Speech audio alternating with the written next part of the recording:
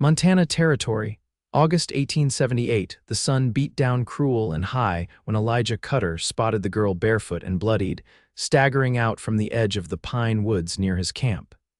He dropped the tin cup of coffee in his hand and crossed the clearing in long strides. "Miss," he called, keeping his voice low, steady. "You hurt." The woman blinked at him, swaying. Her dress was torn at the shoulder and streaked with mud, her dark hair stuck to her cheeks with sweat. She clutched the hand of a boy no older than 5 and had a younger girl, maybe 3, clinging to her skirts. "I need water," she rasped. "Please." Elijah tugged his canteen from his saddle horn and handed it to her. She took a long drink, then crouched down and helped the children sip. When she looked back up at him, her eyes were brimming with tears, but her voice was firm. "My name's Odessa Ellery. These are my children, Milo and me. We were abandoned 3 days ago. I thought we were going to die out there." Elijah crouched beside her, scanning the tree line. "You got followed?" "No," she said, voice shaking. He left us, my husband, took the wagon and supplies and said he was going to find help, but he never came back." Elijah's jaw tensed.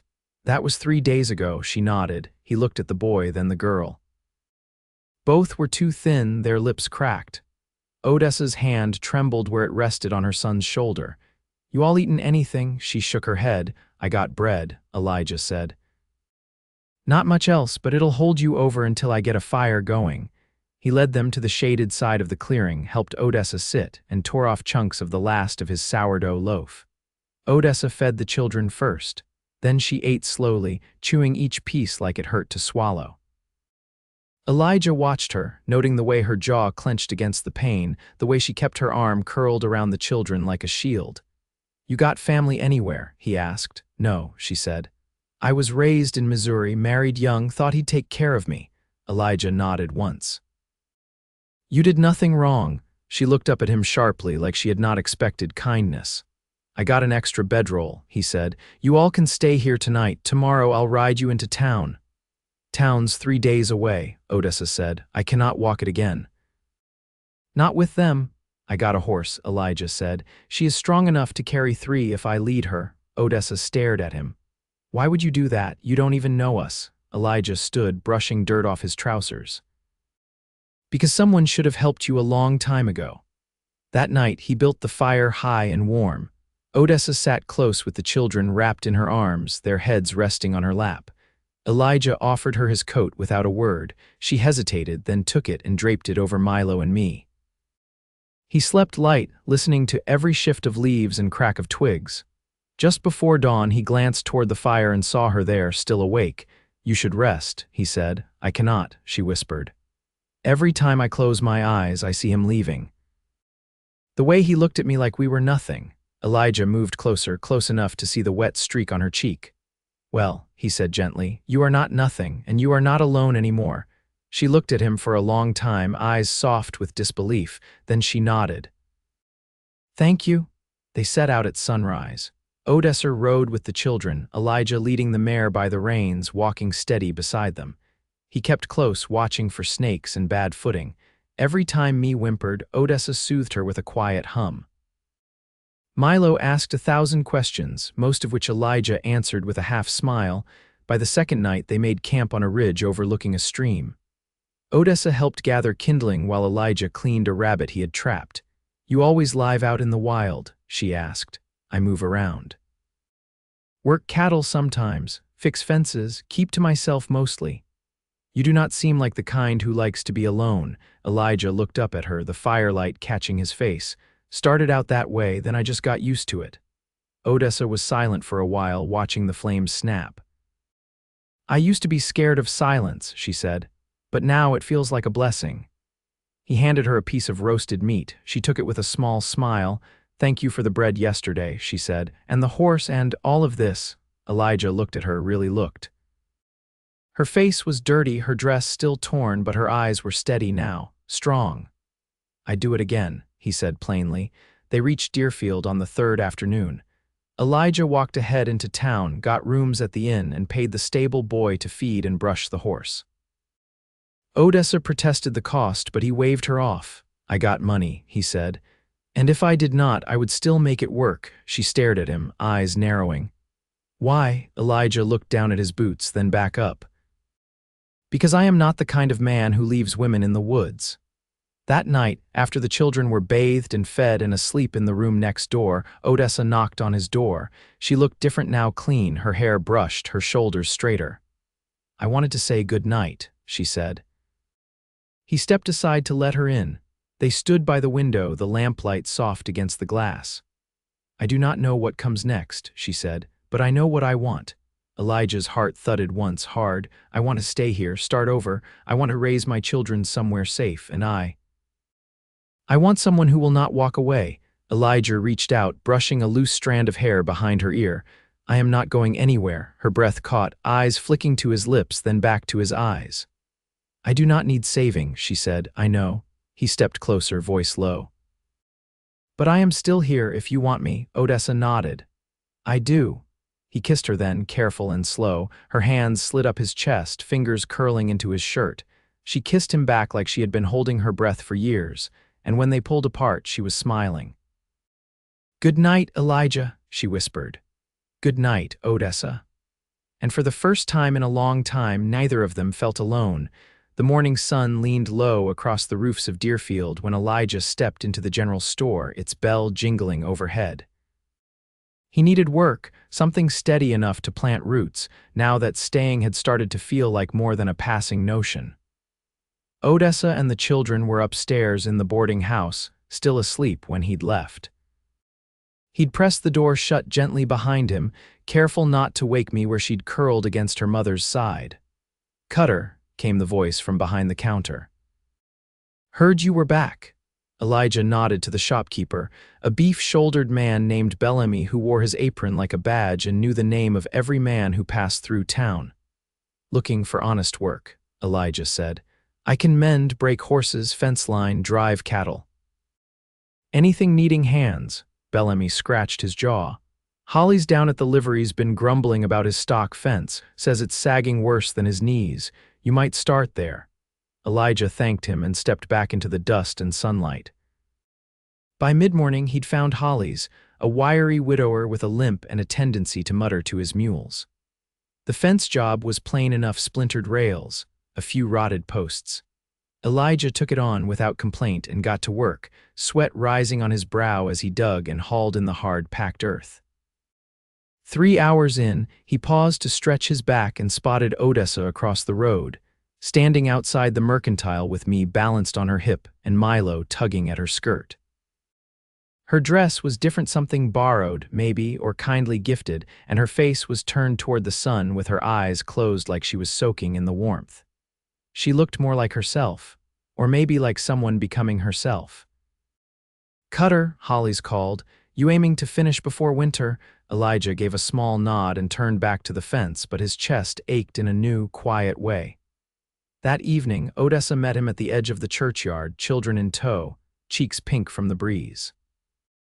I found a place that needs a laundress, she said, voice low.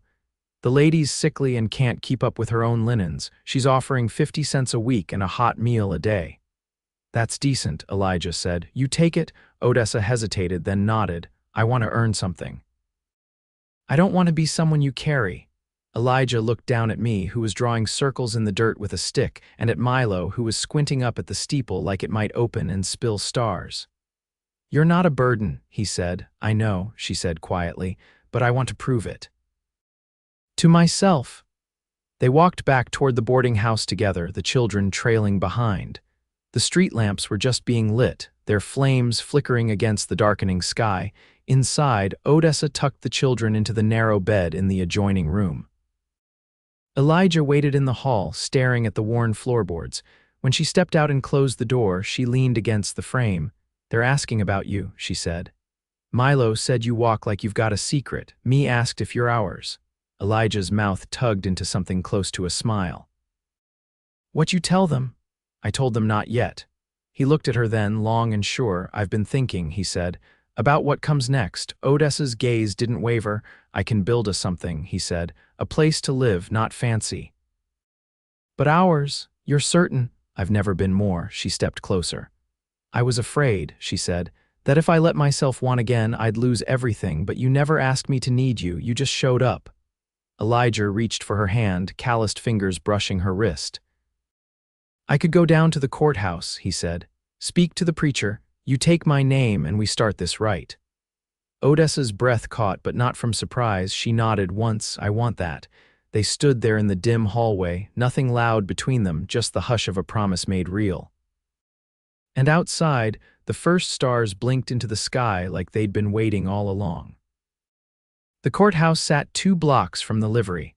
A squat stone building with ivy clinging to its north wall and a wooden bench out front that leaned just slightly to the left, as though it, too, had weathered more years than it was built for.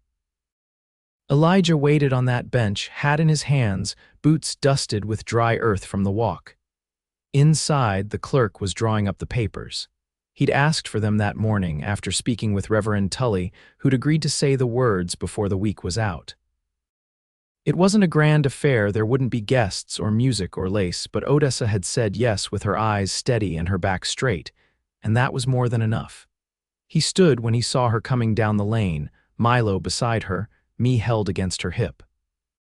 She wore a plain slate blue dress someone must have lent her, one Elijah hadn't seen before.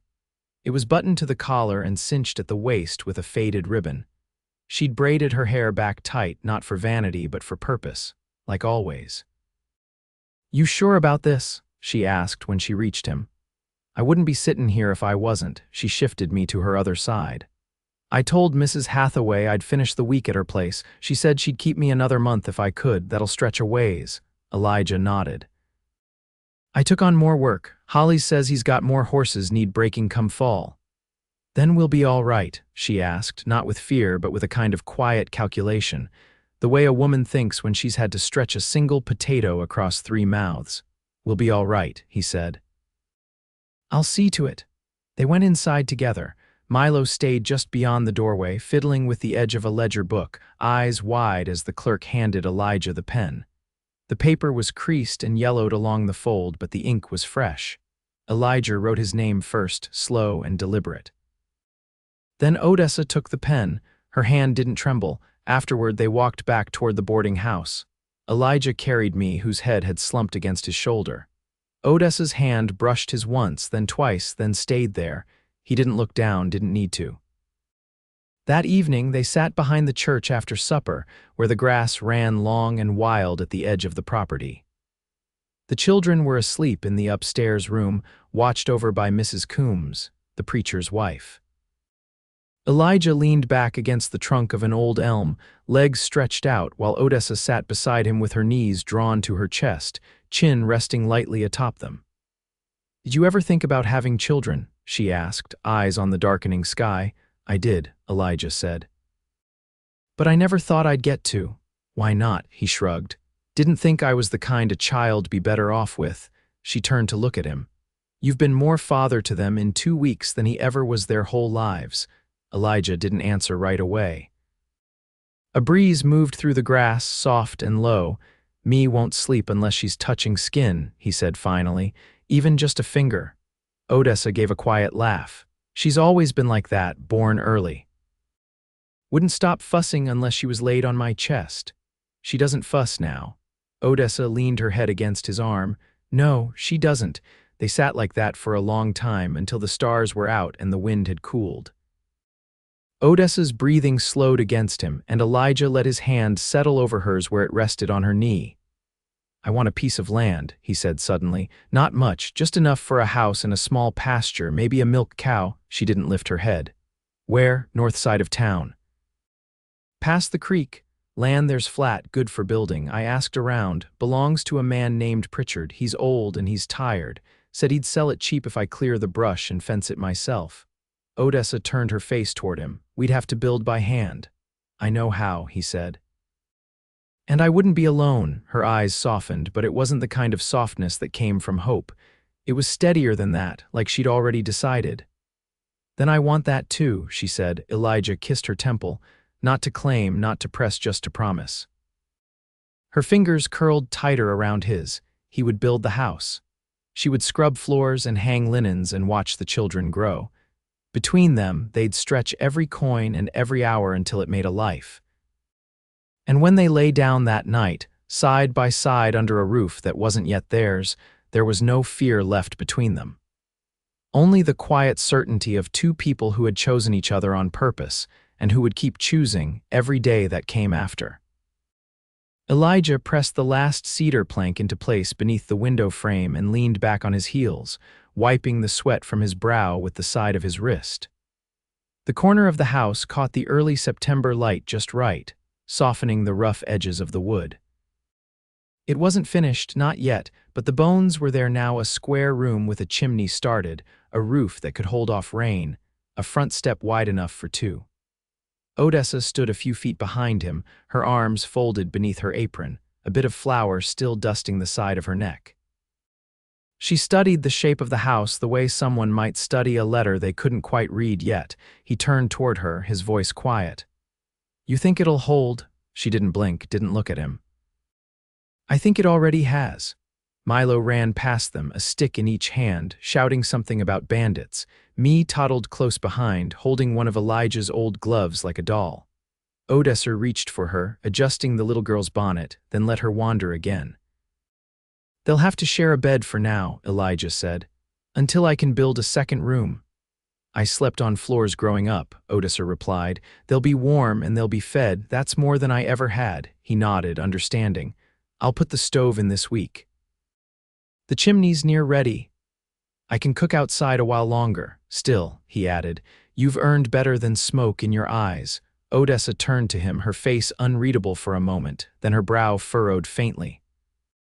"You ever wonder what your mother would have thought of all this?" Elijah blinked at the question, caught off guard.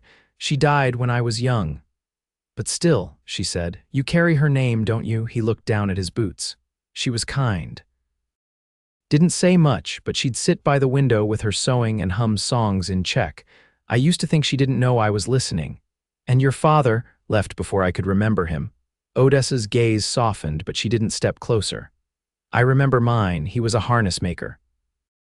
Hard man, but fair, taught me to stitch leather before I could write my name. You ever think of writing him?" She shook her head once. "He died before the war ended, caught a fever that took half our town." Elijah let the silence stretch there. The wind moved through the grass, carrying the sound of Milo's boots pounding over the hard, packed earth. "Sometimes I look at them," Odessa said, "and I wonder what they'll remember of this place, if they'll feel safe enough to forget." He didn't answer with words. Just stepped to her side and slid his hand behind her back, resting it there gently, like anchoring her to the earth. That night they ate together near the unfinished hearth. Odessa had baked a flatbread, the edges crisped from the small cook fire out back. Elijah passed her the last piece without hesitation. She broke it in half and gave it back to him.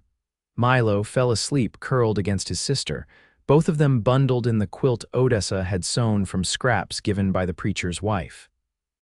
Elijah sat cross-legged on the floor beside her, his shoulder brushing hers.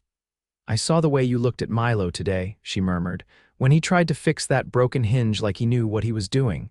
He's got more sense than most grown men I've met." She smiled faintly, then sobered. "I worry he'll grow up remembering the worst of things. Then we give him better to remember." Odessa turned toward him, her hand resting on his knee now. "I never thought I'd feel peace again, not in the way that settles down in your bones." "Peace doesn't come," Elijah said. "You build it." She leaned in, her lips brushing his cheek, then his mouth, her breath warm with quiet trust. When she pulled back, her forehead rested against his. "I keep thinking this can't be real," she whispered. "It's real," he said. "Because we made it." Outside, the moon hung low, casting pale light through the open frame of the roof. The land was still, the kind of still that only comes when nothing's waiting to go wrong. Inside, the house breathed around them unfinished, unpainted, but strong. And they stayed there together in the soft hush of a life beginning. Autumn came slow to the north side of Deerfield, trailing cooler winds down from the mountains and laying gold across every cottonwood. The house stood solid now, chimney stone set, roof sealed tight against the first rains. Elijah carved the door himself, shaving the wood until it fit square in its frame, and hung it with iron hinges traded for fence work. The stove, second-hand and soot black, warmed the walls each morning before sun-up, and the children no longer woke startled in the dark. Odessa had taken to rising before the others, kneading dough while the sky was still pale. She liked the quiet of it, the rhythm, the way her hands moved without needing to think. Elijah often found her that way when he came in from the barn. Sleeves rolled, jaw set in concentration, a curl of hair fallen loose against her temple. One morning, as he brushed hay from his coat and set kindling in the stove's mouth, she looked up from the table. "There's a woman near the river who teaches letters," she said. "Her husband keeps bees. She offered to take Milo a few afternoons each week." Elijah's brow lifted. "He want that?" He's curious. Keeps asking what the signs say in town. "I figure it's time." He nodded once and poured water into the tin kettle. "I never learned more than my name." Odessa dusted flour from her fingers. "You built a home from nothing. What else is there to prove?" He didn't answer, only crossed the room and kissed her cheek, slow and warm. Her hand found his chest, resting there for a moment before she turned back to the dough. That week, Elijah hauled lumber for a neighbor repairing a barn roof. He returned late that evening, boots damp from creek crossings, and found Odessa out back with me tucked beneath her shawl. The child was humming under her breath, tracing circles in the dirt with one bare foot. Odessa looked up as he approached. "Milo's inside drawing maps, said he's going to make one of the whole territory." Elijah crouched beside her, brushing a leaf from Me's curls. "You ever think about leaving Missouri before he took you?" "No," she said, "but I used to dream of places with sharp winds and room to breathe." "You found one," he said. "I did." She leaned into his shoulder, not needing more. They stayed like that until the sun dipped low behind the trees and the air turned sharp with the promise of frost. Later, after the children were asleep, Elijah took a folded paper from the shelf above the hearth and handed it to Odessa. She unfolded it slowly. "It's from Pritchard," he said. "Deed signed, land's ours now, not borrowed, not promised. Ours." She ran her thumb along the edge, then looked up at him. Her eyes were full, but she didn't cry. Instead, she crossed the room and placed the paper beneath the candle holder, then turned back to him. "I'd like to plant something come spring," she said. "Beans maybe, some onions, something that stays in the ground when the wind comes." "I'll fence off a piece for it," he said. "Whatever you need." She stepped closer, resting her hands at his waist. "You've given me more than I ever dared hope for." Elijah pressed his forehead to hers. "You gave it to yourself. I just stood beside you." They kissed there, slow and sure, with the fire crackling low and steady behind them. The first snow came 2 weeks later, quiet and clean. Me shrieked with delight when it dusted the porch rail, and Milo tried to catch flakes on his tongue. Odessa wrapped scarves around their necks and sent them to gather kindling. Elijah mended the fence gate, humming softly to himself, the cold air biting at his knuckles. That night they sat around the stove, the four of them wrapped in quilts, sharing a pot of stew that tasted better than it had any right to. Milo leaned against Elijah's side, pointing to a crude drawing he'd made of the house. "That's the barn," he said, "and that's Mama's garden. And that's where the chickens will go." "What chickens?" Odessa said, raising an eyebrow, the ones Pa said he'd get. Elijah grinned. "Well, I suppose I did promise." Me, already half asleep, murmured something about eggs and burrowed deeper into her mother's lap. Odessa brushed a hand through the child's hair and looked across the lamp-lit room at Elijah. "We built something real," she said softly. He reached over and took her hand, threading his fingers through hers. "And we'll keep building." The wind howled once against the walls, but inside it was warm and still. The house held firm. The family within it held firmer. Years passed. The garden fed them through lean seasons. Elijah added a second room, then a third. Odessa's laundry work gave way to mending and quilts, then to sewing for neighbors who admired her stitchwork. Milo learned to read every sign in town, then every book he could borrow. Me sang while she worked. Every day, without fail, they grew older. They grew together. The land didn't make it easy, but it made it worth it. And every night, long after the lanterns dimmed and the children slept, Elijah and Odessa lay side by side in their bed, their hands still laced together. They never left. They never needed to.